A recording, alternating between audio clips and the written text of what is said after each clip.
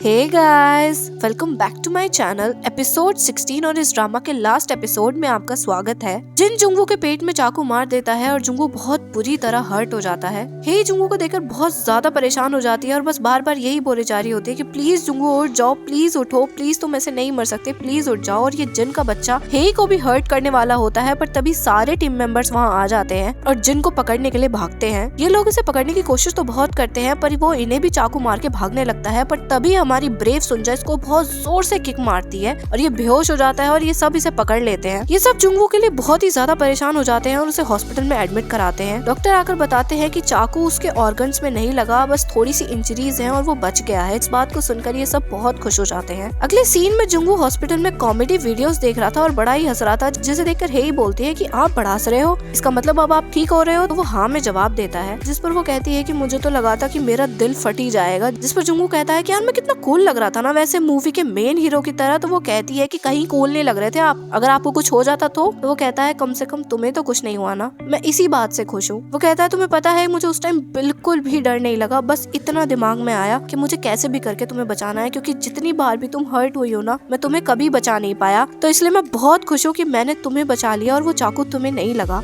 इन दोनों को ऐसे बात करते हुए इनकी मम्मी देख लेती है, जिनसे जुंगू डर के सोने की एक्टिंग करने लग जाता है। हे की मम्मी हे को मैसेज करती है कि वो कुछ दिनों के लिए बाहर जा रही हैं, जिस पर हे को उनकी टेंशन हो जाती है और वो बार बार उसे फोन करने लगती है, बट वो उसका फोन भी नहीं उठाती और एक सी साइड पर अकेले बैठी होती है। हे को उनकी फिक्र करता देख जुंगू उससे कहता है कि तुम ज्यादा फिक्र मत करो, हो सकता है ना वो ट्रिप पर गई हो, जब वो तुम्हारी कॉल देखेंगी वो अपने आप तुम्हें फोन कर लेंगी। अगले सीन में जुंगू हे की मम्मी से कहती है कि मुझे बहुत अच्छा लगता है तुम यहाँ रोज आती हो और उसका ध्यान रखती हो। तुम्हें देखकर तुम्हें पता है मैंने सोचा कि तुम कितनी ज्यादा चिंता करती हो जुंगू की, वो अकेले ही बड़ा हुआ है ना, तो मुझे ये देखकर बहुत अच्छा लगा कि उसके पास तुम्हारे जैसी इंसान है। जिस बात को सुनकर हे इमोशनल हो जाती है। सुनो जुंगू से मिलने आता है और उसे कहता है कि आप जल्दी से ठीक हो जाओ, तो जुंगू कहता है थैंक यू मेरी चिंता करने के लिए। सुनो उससे कहता है कि आपको पता है एक बार मुझसे हे ने कहा था कि मैं उसके जैसी लड़की से कभी भी नहीं मिला होऊंगा, और वो बिल्कुल सही थी। मैं आज तक उसके जैसी लड़की से कभी भी नहीं मिला। मैं इतना ज्यादा सेल्फिश था कि हमेशा खुद को दूसरों से ऊपर रखता था, पर पहली बार मैंने किसी को अपनी लाइफ में अपने से ज्यादा वैल्यू दी है और वो हे ही है। मैं बस उसे खुश देखना चाहता हूँ, जिसके लिए आपको जल्दी ठीक होना पड़ेगा। जुनू उसकी बातें सुनकर के उसको बहुत प्यार से गुड बॉय बोलता है, जिस पर सुनो हंसने लगता है। हे को फिर से वही अपने बचपन वाला डरावना सपना आता है, जिसे देखकर हे फिर से डर जाती है और अपनी मम्मी को फोन करने लगती है। तभी वहाँ जेही आता है, जिससे वो मम्मी के बारे में पूछती है, तो वो कहता है कि तुम ज्यादा चिंता मत करो, वो कुछ दिनों के लिए ही तो बाहर गई हैं। जिस पर हे परेशान होकर कहती है कि तुम्हें उनकी बिल्कुल भी चिंता नहीं है ना, और वो उन्हें बाहर ढूंढने के लिए चली जाती है। वो उनको दोबारा कॉल करने लगती है, जिस पर उनका फोन ऑफ हो जाता है, तो वो और भी ज्यादा टेंस हो जाती है और वो तुरंत पुलिस को फोन करती है। पर तभी वहाँ पर मम्मी आ जाती है, जिसे देखकर हे बहुत ज्यादा रोने लगती है और कहती है कि आप कहाँ चली गई थी, आप मेरा फोन भी नहीं उठा रही थी।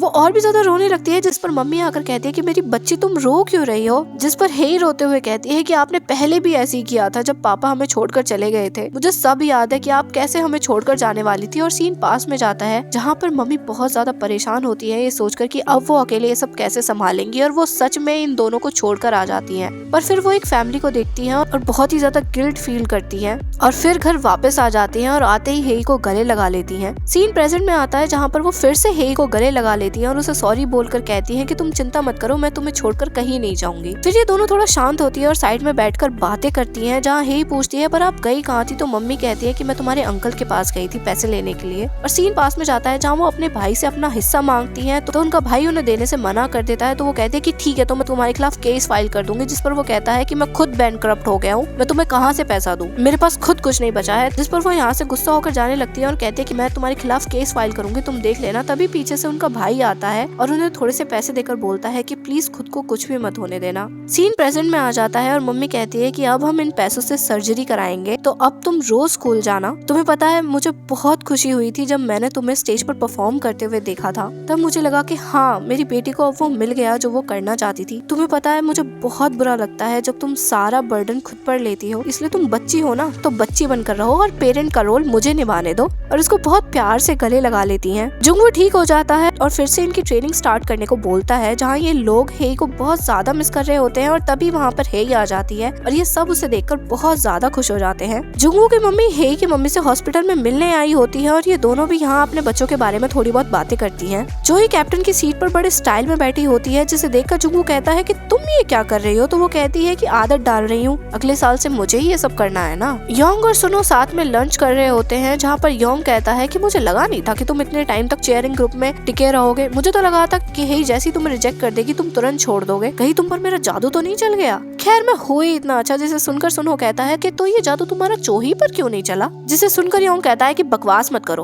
अगले सीन में वूचन सोयुन को बता देता है कि वो उसे लाइक करता है, जिस पर योंग और शिन इनके मजे लेने लग जाते हैं। यहाँ मिंजे भी सुंजा के साथ पूरा फ्लर्ट कर रहा होता है और ये दोनों एक दूसरे को हग भी कर लेते हैं और इधर जुंगवू और हे एक दूसरे के साथ बहुत ही प्यारा सा टाइम स्पेंड कर रहे होते हैं। हर तरफ रोमांस ही रोमांस, बस बेचारे योंग और सुनो को छोड़ करके। ये दोनों एक दूसरे को किस ही करने वाले होते हैं, बट तभी जेई ने रोक देता है, जिस पर जुंगवू कहता है कि टच तो नहीं हुआ था ना, तो हे कहती हाँ टच नहीं हुआ था। जेई कहता है कि तुम दोनों ये पब्लिक प्लेस पर कर क्या रहे हो, क्या तुम्हें मैनर्स नहीं है, और वो बड़े फनी वे में वहाँ से हे को ले जाता है। नेक्स्ट डे कंपटीशन का दिन आता है और ये सब बहुत ही ज्यादा नर्वस होते हैं। सुंजा चोई से कहती है कि अगर मैंने कोई मिस्टेक कर दी तो आप क्या करोगे, जिस पर चोई कहती है कि अगर तुमने मिस्टेक करी तो मैं तुम सबकी जान ले लूंगी, जिस बात को सुनकर ये सब और भी ज्यादा डर जाते हैं। ये सब अपने परफॉर्मेंस के लिए रेडी हो जाते हैं और बड़े एटीट्यूड के साथ स्टेडियम की तरफ बढ़ते हैं। ये स्टेडियम पर पहुंच जाते हैं और यहाँ पर लिटरली बहुत सारे लोग होते हैं, जिनमें आधे होक्योंग के और आधे यूनही के सपोर्टर्स होते हैं। कैप्टन इन सबसे कहता है कि सब तैयार, और तभी ये सीन ब्लैकआउट हो जाता है और हमें 3 साल बाद का टाइम दिखाया जाता है, 2022 का। हे को एक स्मोकिंग बड मिलती है, जिसे देखकर वो अपनी मम्मी को डांटने लगती है और कहती है कि आपकी अभी अभी सर्जरी हुई है, आप फिर भी नहीं मान रही हो ना, जिस पर मम्मी कहती है कि मेरा यकीन मानो मैंने ये सब नहीं किया है। तभी वहाँ पर जेई आता है होक्योंग की टी शर्ट पहनकर और आकर कहता है कि वो ये मेरी है, जिस बात को सुनकर हे उसकी बहुत पिटाई करती है। सुनो की मम्मी पेंटिंग कर रही होती है, जिससे मिलने हे की मम्मी आती है, जहाँ सुनो की मम्मी कहती है कि फाइनली अपने बेवकूफ हस्बैंड को छोड़ने के बाद मुझे अपना टैलेंट मिल ही गया, अब मैं बड़ी आर्टिस्ट बन जाऊंगी। जिस पर हे की मम्मी कहती है हाँ डिवोर्स के बाद तुम 6 बार अपना हॉबी बदल चुकी हो, मुझे लगता है कि तुम किसी भी चीज में अच्छी नहीं हो। जहाँ हम देखते हैं कि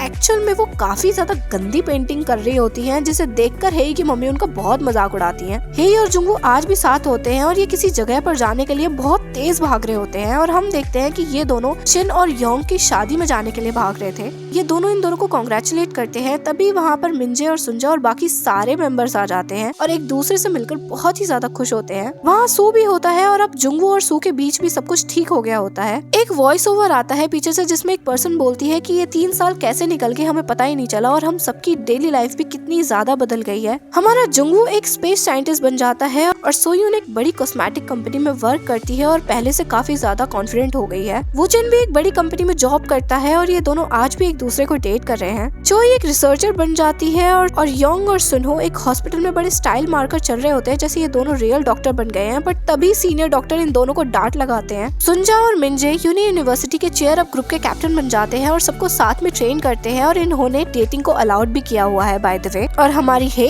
वो तो एक बड़ी कंपनी में इंटरव्यू देने आई होती है, जहाँ का इंटरव्यू उससे कहता है कि वैसे आप फिजिकली तो फिट हो ना, क्योंकि आपके ऊपर बहुत वर्कलोड पड़ने वाला है। जिस पर हे बहुत ही ज्यादा प्यारी सी स्माइल करती है, क्योंकि हमें तो पता है ना कि हमारी हे कितनी ज्यादा स्ट्रॉन्ग है। शीन शादी पर शिफ्ट होता है, जहाँ ये दोनों अपनी शादी को लेकर बहुत ही ज्यादा एक्साइटेड होते हैं। यहाँ पर सारे कपल्स को देखकर सुनो चिढ़कर बोलता है कि यहाँ पर सब कपल हैं, बस मैं और योंग ही सिंगल रह गए। जिस पर हे कहती है ग्रेट प्रिंस सुनो, तुम कैसे अकेले रह गए, वैसे अब तो 3 साल हो गए। जिस पर सुनो कहता है कि लगता है मेरे पीछे कोई भूत पड़ गया है, जब से तुमने मुझे रिजेक्ट किया है ना, जब मेरे पीछे कोई भूत पड़ गया है, मुझे एग्जॉर्सिज्म कराना पड़ेगा। तभी वहाँ वही पर्सन आते हैं जिन्होंने भविष्यवाणी की थी और ये बहुत ही क्यूट होते हैं। सुंजा इनसे कहती है कि आपकी भविष्यवाणी तो गलत साबित हो गई, आपने कहा था 2019 में चेयर अप ग्रुप का एक मेंबर मर जाएगा और देखो हम सब तो यहाँ बिल्कुल ठीक हैं। जिस पर वो कहते हैं कि मैंने ऐसा कब कहा कि 2019 में एक मेंबर मर जाएगा, मैंने तो कहा था कि टीम में से एक मेंबर लोनलीनेस की वजह से मर जाएगा, मतलब टीम में अकेला सिंगल मरेगा। और हम देखते हैं कि जिस पर्सन ने ये तीनों भविष्यवाणियां पेपर पर लिखी होती है, वो पेपर गलती से खराब हो जाता है और उस पेपर पे से लोनलीनेस मिट जाता है, जिसकी वजह से वो राज आज तक छुपा होता है और आज तक सबको पता लगता है कि वो तीसरी भविष्यवाणी एक्चुअल में क्या थी। जिस पर सुंजा कहती है पर आपकी भविष्यवाणी तो यहाँ भी गलत हो गई, क्योंकि हमारी टीम में तो 3 लोग सिंगल है, योंग, सुनहो और चोही। जहाँ वो कहता है पर ऐसा कैसे हो सकता है यार। तभी योंग चोही के पास जाता है और उससे कहता है कि तुम हमेशा अपने एक्सपेरिमेंट्स में कितना बिजी रहती हो ना, और वो उसका प्यार से हाथ पकड़ लेता है और तभी चोही उसके चीक पर किस कर लेती है और सीन पास में जाता है, जहाँ एक लड़की योंग को प्रपोज करने आती है और वो उससे कहता है कि वो चोही को लाइक करता है, जिसकी बातें चोही सुन लेती है और उसे डेट पर चलने के लिए ऑफर करती होती है और हमें पता लगता है कि ये दोनों पहले ही कपल बन गए थे बट सबसे छुपकर डेट कर रहे थे। सीन प्रेजेंट में आता है जहाँ सारे कपल्स लव शॉट ले रहे होते हैं और हमारा बेचारा सुनो अकेला रह जाता है। ये सब बाहर आ जाते हैं जहाँ सुनो कहता है कि हम सब कितने टाइम बाद मिले हैं ना, चलो मिलकर साथ में हैंग आउट करते हैं। जहाँ हेइन से कहती है कि चलो वहीं चलते हैं और ये सब यूनिवर्सिटी पहुंच जाते हैं जहाँ ये सारे कपल्स एक दूसरे के हाथों में हाथ डालकर चल रहे होते हैं और हमारा सुनो फिर से बेचारा अकेला रह जाता है। सब स्टेडियम में आकर पार्टी करने लगते हैं और बहुत ही ज्यादा खुश होते हैं। हे और जुंगू साइड में अकेले बैठे होते हैं जहाँ हे कहती है कि आपको याद है जब हम दोनों यहाँ बैठकर बात कर रहे थे, वो पहला मोमेंट था जब मैंने आपको लाइक करना स्टार्ट किया। जिस पर जुंगू कहता है कितना अजीब है ना, क्योंकि मेरे लिए भी वही पहला मोमेंट था जब मैंने तुम्हें लाइक करना स्टार्ट किया। जिस पर हे कहती है कि मैं बहुत खुश हूँ कि मैं आपसे मिली और ये दोनों फिर से लवी डवी होना स्टार्ट कर देते हैं। जिस पर चिढ़ के सुनो कहता है कि डेटिंग करना अलाउड नहीं है और ये सब इसे फिर से चिढ़ाने लग जाते हैं। उसके बाद ये सब डांस करने लगते हैं और साथ में इनके पुराने परफॉर्मेंस की भी झलक दिखाई जाती है। फिर सीनियर्स भी इन्हें ज्वाइन करते हैं और ये सब साथ में बहुत प्यारा सा डांस करते हैं और साथ में इनके सारे पुराने मूवमेंट्स दिखाए जाते हैं और इसी मूवमेंट पे हमारा ये ड्रामा यही खत्म हो जाता है। आई एम श्योर गाइस कि आपको ये ड्रामा बहुत ज्यादा पसंद आया होगा। कमेंट बॉक्स में बताना कि आपको ये ड्रामा कैसा लगा और आपकी कोई भी रिकमेंडेशन हो ड्रामा को लेकर के तो मुझे कमेंट बॉक्स में बता देना। मैं नेक्स्ट ड्रामा वही एक्सप्लेन करूंगी जो आप कहोगे। मिलते हैं नेक्स्ट ड्रामा के साथ गाइस, तो मेक श्योर आप मेरी वीडियो को लाइक कर दो, अगर पसंद आई हो तो चैनल को सब्सक्राइब कर देना। Okay bye guys.